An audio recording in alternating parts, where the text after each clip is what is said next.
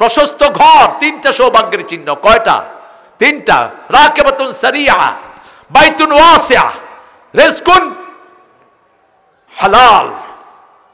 ঘর, প্রশস্ত ঘর মানে যে ঘরে স্বামী স্ত্রীর ভালোবাসা আছে, বড় ঘর না। ঘর বড় কিন্তু স্বামী স্ত্রীর সাথে কোনো সম্পর্ক নাই। স্বামী আসছে খাইতে, স্ত্রী কয় টেবিলে আছে, লয়া লয়া খাও, আছে না নাই? আর রিকশাওয়ালার ঘর, ছোট্ট রুম, কিন্তু রিকশাওয়ালার বউ বসে থাকে কখন জামাইটা আসবে, ঠিক না বে ঠিক?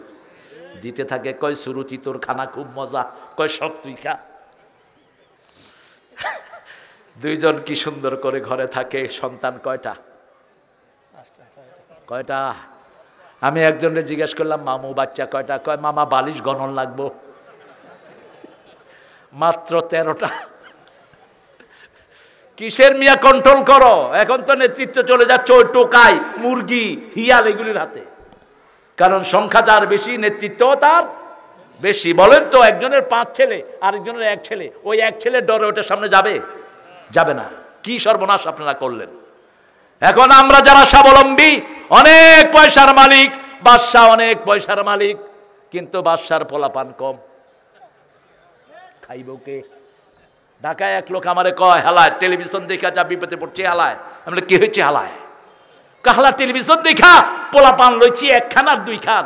এখন মাইয়া গেছে গা শ্বশুর বাড়ি, পোলা গেছে গা বিদেশে, আমরা দিও হালা বয়া কুকু করতেছি।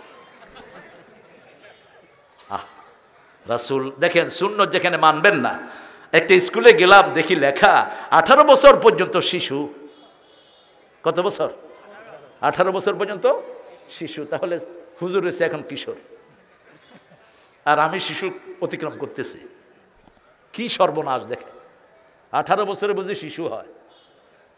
তো 18 বছর পর্যন্ত মেয়েকে বিয়ে দিতে পারবেন না। অথচ রাসূল বিয়ে করেছেন কত বছরে?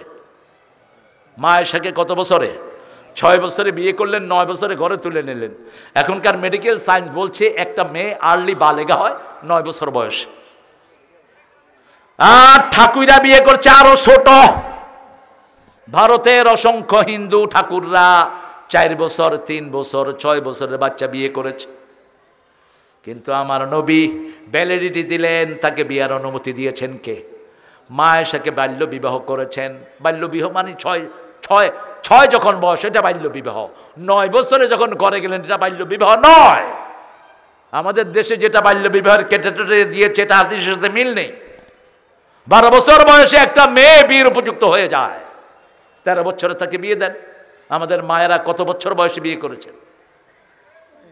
এরকম 12, 13। আমরা 11 ভাই বোন।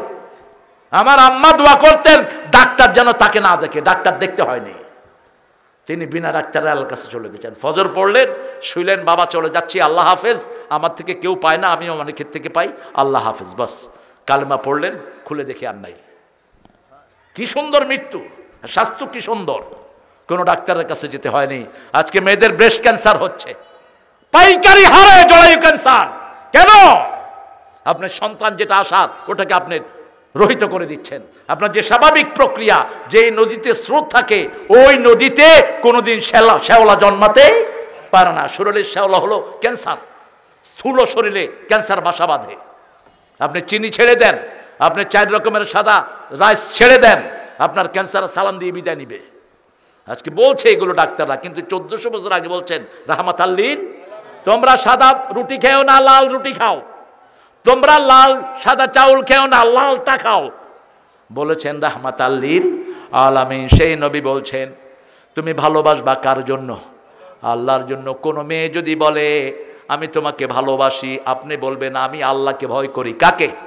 আল্লাহকে। একটা ছোট্ট ঘটনা বলে ইতি করবো ইনশাআল্লাহ। হ্যাঁ, ছেলেরা যাবে, এই বাবারা যাও, মাদ্রাসার ছেলেরা যাবে, আমি আরো 2টা গুণ বলবো, তারপরে ওকে করবো। এই কোথায় আপনাদের বাচ্চারা কোথায়?